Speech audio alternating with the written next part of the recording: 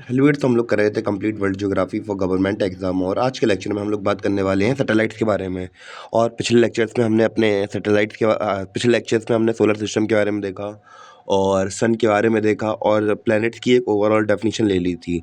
और जो बाकी डेफिनेशंस हैं प्लैनेट की, वो तो हम लोग आने वाले लेक्चर्स में सबको डिटेल समझेंगे। जैसे हमारा वीनस वगैरह हुआ, अर्थ वगैरह हुआ, तो इनको तो डिटेल समझना है ही। फिर उसके साथ समझेंगे। और आज के लेक्चर में हम लोग डिस्कस करने वाले हैं सैटेलाइट्स के बारे में, यानी कि उपग्रह के बारे में। तो भैया उपग्रह क्या होते हैं? तो भैया एक ऐसी सेलेस्टियल बॉडी है जो कि सूर्य की तरफ चक्कर लगाती हैं। क्या करती हैं? रिवॉल्व करती हैं और साथ में किसी प्लैनेट के भी चक्कर लगाती हैं। तो जैसे कि अगर हम एग्जांपल के तौर पे बात करें तो भैया हमारे चंदा मामा हुए। तो चंदा मामा का काम क्या है? तो भैया ये तो पृथ्वी के तो चक्कर लगाते ही लगाते हैं, इसके साथ साथ ये सूरज के चक्कर भी लगाते हैं। तो भैया उम्मीद है कि आपको जो सैटेलाइट्स हैं उसकी बेसिक डेफिनेशन समझ में आ गई होंगी। तो जैसे कि सैटेलाइट्स भी हमारे पास अलग अलग प्रकार की होती हैं। एक होती है नेचुरल सैटेलाइट और दूसरी होती है हमारे पास नेचुरल सैटेलाइट और दूसरी होती है आर्टिफिशियल सैटेलाइट या फिर मैन मेड सैटेलाइट। तो भैया मैन मेड सैटेलाइट हम लोग बनाते हैं और नेचुरल सैटेलाइट जो कि प्रकृति से मिलती हैं। तो उम्मीद है कि आपको सैटेलाइट के बारे में बेसिक बेसिक समझ में आ गया होगा। अगर हमें इसे डायग्राम की मदद से समझना हो तो भैया यहाँ पे ये डायग्राम बना हुआ है।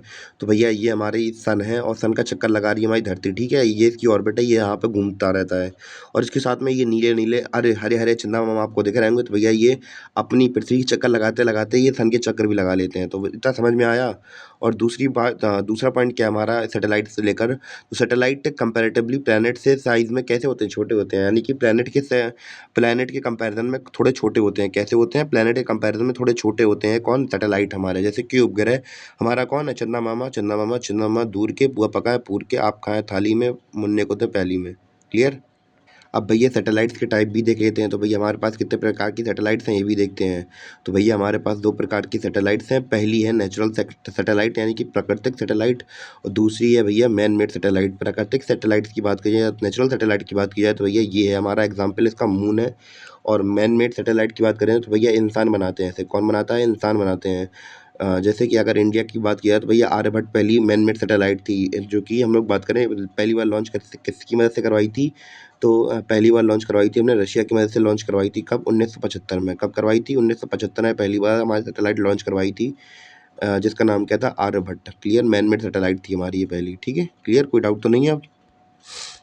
हम लोग बात करेंगे प्लैनेट विथ सैटेलाइट, यानी कि कौन कौन से प्लैनेट के पास कितनी कितनी सैटेलाइट्स हैं हम लोग वो देखते हैं। तो भैया सबसे ज़्यादा हम लोग जब बात करें, सबसे पहले सैटर्न के पास कितनी सैटेलाइट्स हैं? 274 सैटेलाइट्स हैं। कितनी हैं? 274 सैटेलाइट्स हैं किसके पास? सैटर्न के पास। फिर बात करेंगे जुपिटर की।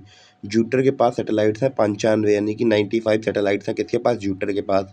फिर है इसके बाद यूरेनस। यूरेनस के पास भी हैं कितनी? 27 सैटेलाइट्स हैं। कितनी हैं? 27 सैटेलाइट्स हैं। फिर नेपच्यून के पास हैं भैया 14 सैटेलाइट। कितनी हैं? 14, यानी कि 14 सैटेलाइट्स हैं। फिर बात किया मंगल। मंगल के पास कितनी हैं? 2 सैटेलाइट्स हैं। और धरती की बात की है तो भैया अपने पास एक ही सैटेलाइट्स है। कितनी है? एक ही सैटेलाइट है जिनका नाम है चंदा मामा। दूर के, पुआ पका है पूर के, आप खाएं थाली में, बच्चे को देती प्याली में। क्लियर? और प्लैनेट्स विद नो सैटेलाइट, यानी कि हम लोग बात कर रहे हैं ऐसे ऐसे प्लैनेट्स की जिनके पास कोई भी सैटेलाइट्स नहीं है। तो भैया दो प्लैनेट ऐसे हैं जिनके पास एक भी सैटेलाइट्स नहीं है। तो भैया कौन कौन से प्लैनेट्स हैं वो? तो भैया मरकरी और वीनस के पास एक भी सैटेलाइट नहीं है। इतना समझ में आया या नहीं आया? क्लियर है इतना? अब भैया फैक्ट के बारे में भी थोड़ी बहुत बात कर लेते हैं कि सबसे लार्जेस्ट सैटेलाइट कौन सी है। तो भैया सबसे लार्जेस्ट सैटेलाइट कौन सी है हमारी? गैनीमेड। गैनीमेड कितनी है? इसका डायमीटर कितने का है? 5268 किलोमीटर का इसका डायमीटर है। यानी कि सबसे बड़ी सैटेलाइट कौन सी है हमारी? गैनीमेड, ठीक है। कौन सी है? कौन से प्लेनेट की है भैया? जुपिटर प्लेनेट की है हमारी। कौन? गैनीमेड सबसे लार्जेस्ट सैटेलाइट। और सबसे स्मॉलेस्ट सैटेलाइट कौन सी है? डायमोस कितने, इसका डायमीटर कितने किलोमीटर का है? तो 15 किलोमीटर का मात्र इसका डायमीटर है। क्लियर है? और कौन से प्लेनेट की सैटेलाइट है ये डायमोस? तो डायमोस है मार्स की। क्लियर है? लार्जेस्ट है जुपिटर की, स्मॉलेस्ट है मार्स की। क्लियर है दोनों की दोनों? और देख लेते हैं तो भैया सेकंड लार्जेस्ट सैटेलाइट कौन सी है। तो भैया सैटर्न के पास है सेकंड लार्जेस्ट सैटेलाइट, जिसका नाम टाइटन है। मंगल ग्रह की सैटेलाइट्स के नाम क्या क्या है? फोबोस और डीमोस। और इंडिया की तो सॉरी अर्थ की तो आपको पता ही है कि भैया एक ही है हमारे पास, मून है। तो भैया मून के बारे में तो किसे नहीं पता, तो भैया इसके बारे में बात भी नहीं करेंगे। तो क्लियर है? तो आई थिंक अपनी ये वाली साइड कंप्लीट हो गई, यानी कि सैटेलाइट वाला जो पोर्शन है वो कंप्लीट हो गया। जो सैटेलाइट्स होती हैं ये किससे बनी होती हैं? रॉक से बनी होती हैं नॉर्मली। और हम लोग नेचर सैटेलाइट की बात कर रहे थे, तो भैया यहाँ पे आई थिंक सब कुछ अपना कंप्लीट हो गया है। अब सैटेलाइट के बारे में कंप्लीट हो गया, भैया बढ़ते हैं अपने एस्ट्रॉइड की ओर। तो क्या होते हैं एस्ट्रॉइड, इनको समझते हैं हम लोग अब भैया एस्ट्रॉइड्स को समझ लेते हैं, ये क्या होते हैं। तो भैया ये भी एक ऐसी सेलेस्टियल बॉडी है जो कि प्लेनेट के कंपैरिजन में थोड़ी छोटी होती हैं। कैसी होती हैं? प्लेनेट के कंपैरिजन में थोड़ी छोटी होती हैं, और जनरली ये क्या करती हैं, चट्टानों से बनी होती है। किससे बनी होती हैं? चट्टानों से बनी होती हैं। और जो हम लोग बात कर रहे थे एस्ट्रॉइड की, तो भैया ये भी, इनका भी काम क्या होता है? तो इनका भी काम यही है कि भैया सूरज के चारों तरफ रिवॉल्व करते हैं। ये भी क्या करते हैं? सूरज के चारों तरफ रिवॉल्व करते हैं ये भी। ठीक है, आई थिंक कितना क्लियर हो गया होगा आपको एस्ट्रॉइड्स के बारे में। अगर इनकी लोकेशन की बात की जाए, तो भैया लोकेशन हम लोग स्टार्टिंग वाले जो सोलर सिस्टम का स्टार्टिंग वाला वीडियो था उसी में बता दिया था हम लोगों ने। तो भैया बताया भी था और पूछा भी था मैंने कि भैया जो एस्ट्रॉइड बेल्ट होती है कहाँ पे लोकेटेड होती है।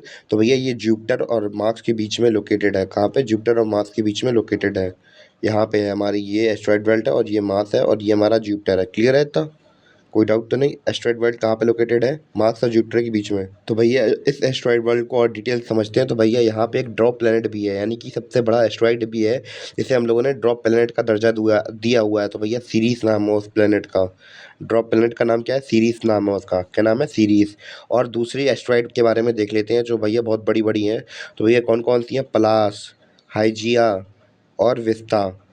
विस्ता, हाइजिया, पलास और सीरीज भी क्या है? एस्ट्रॉइड बहुत बड़ा, पर हम लोगों ने इसे ड्रॉप प्लैनेट का दर्जा दिया हुआ है। तो भैया मार्स और जुपिटर के बीच में एस्ट्रॉइड बेल्ट हमारी प्रेजेंट है, और जिसमें हमारा ड्रॉप प्लैनेट जिसका नाम सीरीज है वो है। और बाकी की जो एस्ट्रॉइड है जैसे कि पलास हुई, हाइजिया हुई, वस्ता हुई, तो भैया ये सब लोकेटेड हैं इसी में। तो इतना क्लियर हुआ या नहीं एस्ट्रॉइड के बारे में? अब इसके बाद हम लोग बात करेंगे, हमारा ये एस्ट्रॉइड वगैरह पूरा कंप्लीट हो गया। इसके बाद हम लोग बात करने वाले हैं ड्रॉप प्लैनेट के बारे में। क्या होते हैं ड्रॉप प्लैनेट, ये समझते हैं अब। तो भैया ड्रॉप प्लैनेट वर्ड हम लोग अब समझते हैं। तो भैया ऐसी सेलेस्टियल बॉडी जो साइज़ में प्लैनेट से थोड़ी छोटी हो। कैसी हो? प्लैनेट के कंपैरिजन में थोड़ी छोटी हो, और इनका फिक्स्ड मास और फिक्स्ड शेप होता है। तो भैया आगे पिछली बार स्टार्टिंग वाले वीडियो के अंदर हम लोगों ने जो प्लैनेट थे उनकी क्राइटेरिया देखा था कि भैया प्लैनेट होने के लिए क्राइटेरिया क्या चाहिए था? फिक्स्ड मास और फिक्स्ड शेप और फिक्स्ड ऑर्बिट होना चाहिए था। इसी वजह से हम लोग उन्हें प्लैनेट्स कहते थे। भैया इनके पास दो चीज़ें हैं पर तीसरी चीज़ नहीं है। इसी का एग्जाम्पल हम लोग लेते हैं, कौन? प्लूटो। तो प्लूटो 2006 से पहले क्या था?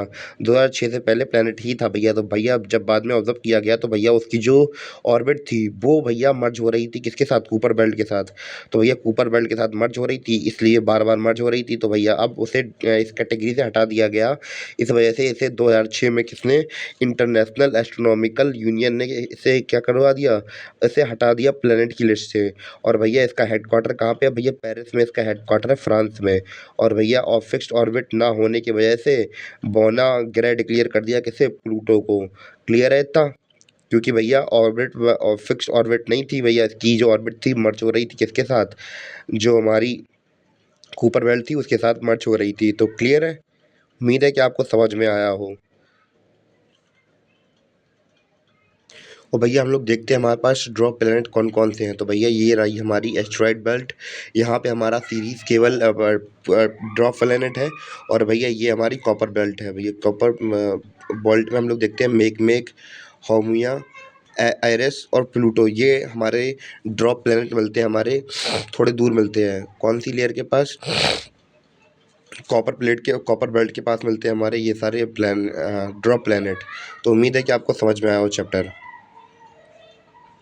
और भैया ऐसे ही साथ लेते हैं विदाई, और मिलते हैं अपने अगली वीडियो में। तब तक के लिए धन्यवाद। और उम्मीद है कि आपको चैप्टर समझ में आ रहा हो। कहीं डाउट लग रहा हो तो भैया कमेंट करके बता दीजिएगा, मैं सॉल्यूशन के साथ आपको जवाब देने की कोशिश करूँगा। मिलते हैं अपने अगली वीडियो में, तब तक के लिए धन्यवाद। Bye, see you.